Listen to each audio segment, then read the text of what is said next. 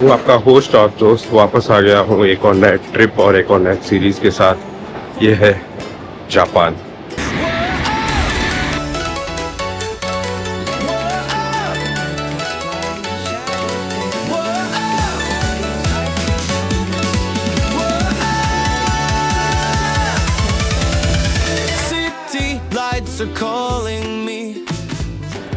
तो फिलहाल मैं कल पहुंच चुका था, बट जेट लैग की वजह से लग गई थी यार। पूरा दिन सोया पड़ा था। अभी कुछ सुबह के 11 बज रहे हैं और मैं हूँ टोक्यो के इस खूबसूरत से साफ शहर में, जो मेरे को इतना साफ तो दिख नहीं रहा।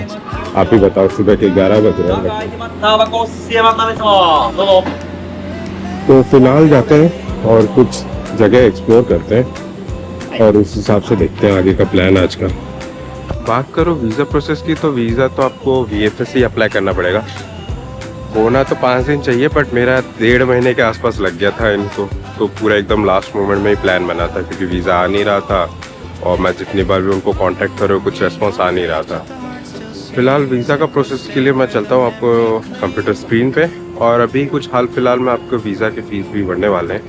तो इंडियंस के लिए तो वीज़ा का फ़ीस बढ़ने वाला है, बट आप देख सकते हो जब आप अप्लाई कर रहे होगे तो वीज़ा का फ़ीस क्या है। क्योंकि जापान गवर्नमेंट ने ये बोला है कि उनका फ़ीस बहुत ही कम है, जो कि हालांकि बहुत कम है। 500 रुपये है अभी तो फ़िलहाल। और 500 रुपये कंपेयर करें शेंगेन या यूएस से, तो वो ऑलरेडी काफ़ी कम है। शेंगेन क्या है, वो मिडिल ईस्ट भी अगर आप कंपेयर करोगे ना, 2-3 हज़ार तो ऐसे ही लग जाते हैं वीज़ा के यार। फिर भी इनका 500 रुपये तो बहुत ही कम है। तो वीज़ा के प्रोसेस के लिए हम आपको ले जाते हैं कंप्यूटर स्क्रीन में और चलिए चलते हैं। तो बेसिकली आपको सर्च करना पड़ेगा VFS ग्लोबल जापान। एंड एक बार जब आप गूगल में सर्च करोगे तो आपको जापान का वेबसाइट मिल जाएगा, जिसके एक्सटेंशन में JPN होगा। तो आप इस वेबसाइट में आओगे यहाँ पे, तो आपको यहाँ पे काफ़ी सारे ऑप्शंस मिल जाएंगे, जैसे apply for visa, book for appointment, find a centre and premium services वगैरह वगैरह। तो आपको जाना पड़ेगा अप्लाई फॉर वीज़ा में, स्टार्ट नाउ पे।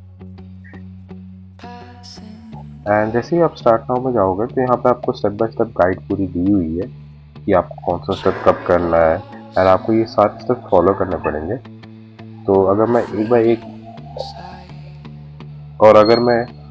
स्टेप बाय स्टेप आपको बताऊं, तो पहले आपको यहाँ पे आपका वीज़ा टाइप देखना पड़ेगा।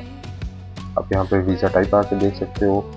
आप ये कुछ कॉन्सुलेट है और या फिर एम्बेसी है जो जापान की, और आपको आपके नियरेस्ट जो भी कॉन्सुलेट या फिर एम्बेसी मिल रहा है, आपको वहाँ पे जाके ये फॉर्म सबमिट करनी पड़ेगी।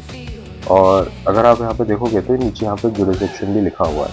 अगर आप इनमें से किसी भी स्टेट में से हो तो आपको जाना पड़ेगा मुंबई जापान कंसुलेट में, और अगर आप इनमें से किसी भी स्टेट में हो तो आपको न्यू दिल्ली वाले में जाना पड़ेगा। एंड सो आपको स्टेट वाइज आपको यहाँ पे दिख जाएगा। अभी मेरे केस के लिए मैं हूँ उड़ीसा से, तो मुझे जाना पड़ा था कोलकाता। तो अब मैं यहाँ पे क्लिक करूँगा, और जैसे ही यहाँ पे क्लिक करता हूँ मेरे को यहाँ पे मल्टीपल वीज़ा टाइप्स मिल जाएंगे जो कॉन्सुलेट जापान कोलकाता सपोर्ट करती है। तो क्योंकि मैं अपने पैसों से गया हुआ था, तो I need to select temporary visitor visa for sightseeing without guarantor. क्योंकि गारंटर बोले तो आपका स्पॉन्सर होता है, क्योंकि मेरे केस में मैं सेल्फ स्पॉन्सर था, तो किसी गारंटर की ज़रूरत नहीं थी, तो मेरे को ये वीज़ा लेना था। अब इस वीज़ा के भी कुछ टर्म्स एंड कंडीशन है, आप वीज़ा के डिटेल्स वगैरह भी पढ़ सकते हैं, वीज़ा के फीस वगैरह भी चेक कर सकते हैं यहाँ पे। फिर इम्पोर्टेंट सेक्शन आपको यहाँ पे डॉक्यूमेंट्स रिक्वायर करके एक होगा, तो आपको ये जितने भी डॉक्यूमेंट्स लिखे हुए हैं वो आपको वहाँ पे जाके VFS सेंटर में सबमिट करने पड़ेंगे। इसमें कोई इंटरव्यू नहीं होता, कुछ नहीं होता, आपको बस एक टाइम स्लॉट दिया जाएगा, आपको जाना है। और ये जितने आप यहाँ से एक चेकलिस्ट डाउनलोड कर सकते हैं, यहाँ पे आपको क्या क्या डॉक्यूमेंट्स चाहिए। अगर आप टूरिस्ट वीज़ा के लिए जैसे मैं अप्लाई कर रहा हूँ, तो ये सारे चेकलिस्ट, ये सारे डॉक्यूमेंट्स मेरे पास रेडी होने चाहिए। और अगर आप देखोगे तो यहाँ पे स्पेसिफिकली मेंशन किया हुआ है hotel reservation and booking not confirm. तो आपको होटल रिजर्वेशन मांगता है बट कंफर्म रिजर्वेशन नहीं मांगता। Same goes for the flight tickets as well. और अगर आप चाहें तो यहाँ पे फिर दूसरे डिटेल्स भी देख सकते हो। एक और चीज़ आपको यहाँ पे ध्यान रखनी पड़ेगी, वो है आपका फोटो। आपको बेसिकली वाइट बैकग्राउंड में चाहिए, और जापान वीज़ा बहुत स्पेसिफिक है अपने फोटो के लिए। अगर आप इनकेस अगर ये करना भूल जाते हो और आपका क्या कहते हैं डॉक्यूमेंट सबमिशन अगले दिन है या फिर आज ही है, तो आप क्या कर सकते हो, आप सीधा वीएफएस सेक्टर पे भी वहाँ पे फोटो शूट करते हैं वो लोग, बट वहाँ के चार्जेस कुछ ज़्यादा होते हैं। आई गेस कोलकाता में कुछ 200 रुपये के आसपास थे for 4 copies of passport photo.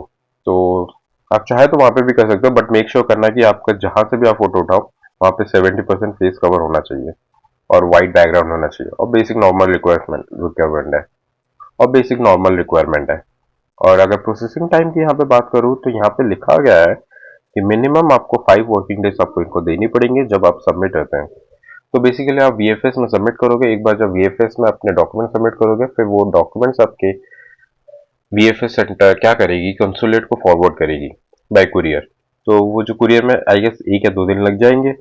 जब 1 या 2 दिन में वो कंप्लीट हो जाएगा तो वो तब जाके कॉन्सुलेट के पास ऑफ जापान इन कोलकाता और इन दिल्ली, जहाँ से भी आप अप्लाई कर रहे हो वहाँ पे पहुँच जाएगी। फिर वहाँ से आपको मिनिमम 5 डेज उनको देने पड़ेंगे to process this visa. But make sure करना कि ये कोई मैक्सिमम टाइम लिमिट नहीं है, ये मिनिमम टाइम लिमिट है। Maximum time limit they are not aware of it. आपके केस टू केस वैरी कर सकता है प्रोसेसिंग टाइम। तो आप देखोगे तो यहाँ पे लिखा हुआ है वो चीज़। यहाँ पे एक फॉर्म है जो शायद आप जब यहाँ पे चेकलिस्ट फिल कर रहे होगे तो वहाँ पे एक फॉर्म मांगेगा, तो यहाँ पे आपको फॉर्म डाउनलोड करना है और वो मैन्युअली आपको भरना पड़ेगा। तो एक बार जब ये पूरा प्रोसेस कंप्लीट हो जाता है तो आपको जाना पड़ेगा फिर से ये वाले पेज पे, अप्लाई वीज़ा, और यहाँ पे आपको फिर बिगिन योर एप्लीकेशन करना है। तो जैसे ही आप बिगिन और एप्लीकेशन करोगे तो आपको वो जो चेकलिस्ट है, डॉक्यूमेंटेशन है, वो सारा प्रोसेस से फिर वो आपको लेके चलेगा। एक बार जब ये कंप्लीट हो जाता है, in in my case for the Japan consulate in Kolkata, आपको कोई अपॉइंटमेंट लेने की ज़रूरत नहीं है। तो अगर आप यहाँ पे क्लिक करोगे बुक एन अपॉइंटमेंट, आपको कोई अपॉइंटमेंट लेने की ज़रूरत नहीं है for Japan visa who are coming to Kolkata jurisdiction. तो बेसिकली आप वॉक इन कर सकते हो वीएफएस सेंटर, और आई गेस 1 या 2 बजे तक रहता है, सुबह 9 बजे खुलती है वीएफएस सेंटर और टिल 1 PM या 2 PM तक रहता है, जब आप डॉक्यूमेंट्स अपने सबमिट कर सकते हो। किसी भी टाइम स्लॉट में जा सकते हो, कोई ऐसी स्पेसिफिक चीज़ें नहीं है। तो जैसे ही आप अपने डॉक्यूमेंटेशन वगैरह सब सबमिट करके आ जाओगे तो आपके पास 2 ऑप्शन होते हैं, या तो आप जब रिसीव करने जाओगे या तो आप कंसुलेट खुद जा सकते हो, जो भी आपके नियरेस्ट वीएफएस है, या फिर आप कुरियर करा सकते हो। कुरियर के चार्जेस आई गेस कुछ 1500 के आसपास होते हैं, बट मेक श्योर करना कि आप कैश लेके जाओ क्योंकि वहाँ पे नेटवर्क नहीं आता। कोलकाता वीएफएस की बात कर रहा हूँ स्पेसिफिकली। और जैसे ही आप सबमिट करके आओगे तो आपको एक रेफरेंस नंबर मिल जाएगा, और आपको ईमेल में भी नोटिफिकेशन आ जाएंगे कब वो ट्रांजिट में है या फिर कब वो पहुंचता है कोलकाता कॉन्सुलेट, या फिर जो भी आपको डिटेल्स होंगी आपकी आपकी एप्लीकेशन की, तो वो आपको यहाँ पे शेयर की दी जाएंगी। तो जैसे ही आप सबमिट करके आओगे आफ्टर सम डेज, जब रिव्यू हो जाएगा और आपका एप्लीकेशन, तो वो फिर वीएफएस लौट के आएगा। फिर आपको मेल भी आ जाएगा कि कलेक्शन के लिए रेडी हो चुका है। तो आप तो या कर सकते हो अपने वीएफएस जा सकते हो, या फिर अपने, बट वीजा हुआ है नहीं हुआ है वो आपको कोई नहीं बता सकता। जब आपके पास पासपोर्ट पहुंचेगा तभी आपको देखना पड़ेगा। तो पहुंच चुके हैं हम ये शिबुया शिबुया स्काईवॉक के लिए। तो मैंने ये क्लुक से किया था, कुछ मेरे को 1500 के आसपास पड़ा था। तो आप क्लुक यूज कर सकते हो। मैंने क्या कहते हैं अपना मैंने एक पास भी बनाया था टोक्यो के लिए।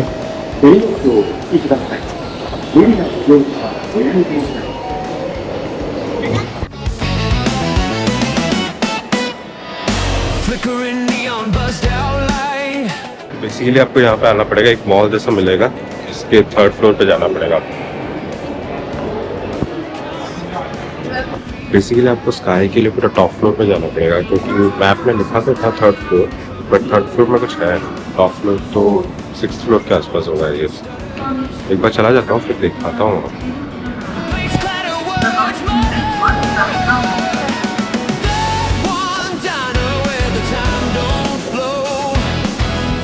बेसिकली आप बोलो तो शिबुया स्काई एक व्यू पॉइंट है जहाँ पे आपको पूरा फुल टोक्यो का एक स्काई व्यू मिलेगा, जो बहुत ही मस्त लगेगा। मतलब मैं सोच रहा हूँ ऐसा कि, बाकी बात करूँ शिबुया स्टेशन से निकलते ही आपको वहाँ पे एक मॉल मिलेगा, और उसमें से आपको जाना पड़ेगा लगभग 14 फ्लोर तक, और 14 फ्लोर में आपको शिबुया स्काई करके मिल जाएगा ऑप्शन। तो मैंने फ़िलहाल तो टिकट वगैरह बुक कर दिया, 12 बजे का स्लॉट है अपना, और अभी हो रहा है कुछ 11:55।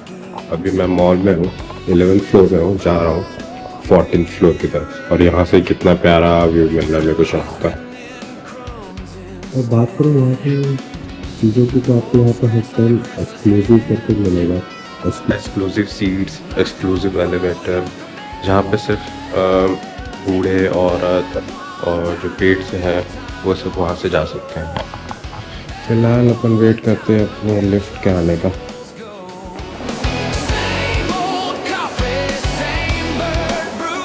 फिलहाल लिफ्ट में हूँ, और ये रहा, अगर आपको देखना हो तो कौन से फ्लोर में क्या क्या चीज़ें हैं।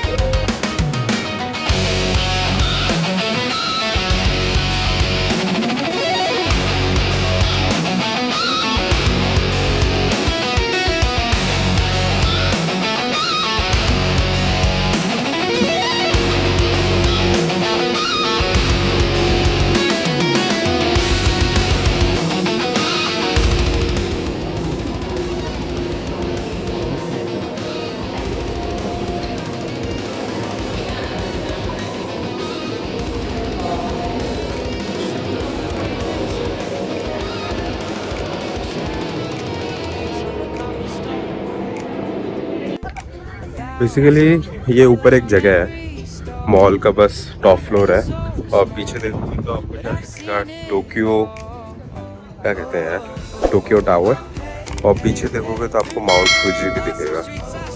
कैमरा में इतना पकड़ नहीं रहा, गोप्रो रखवा लिया यार, मतलब आप गोप्रो ला तो सकते हो बट ये नहीं ला सकते, क्या कहते हैं, ट्राइपॉड नहीं ला सकते, मोबाइल जितना मर्जी ला सकते हो।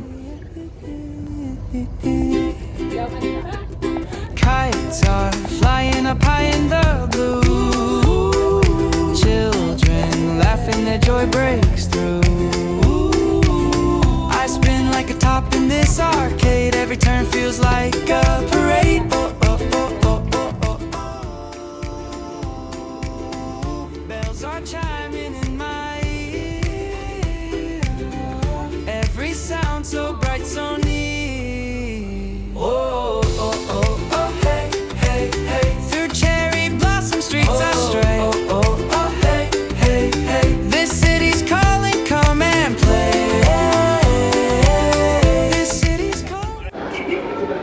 आ गया ऊपर से, लगभग आधे घंटे के आसपास आप टाइम स्पेंड कर सकते हो, और अच्छा था, एक टाइप का एक्सपीरियंस था, बट अगर फ़ोटो वोटो खिंचाना है तब मैं मस्ट रिकमेंड करूँगा, वरना इतना कुछ है नहीं, और हर जगह पर है।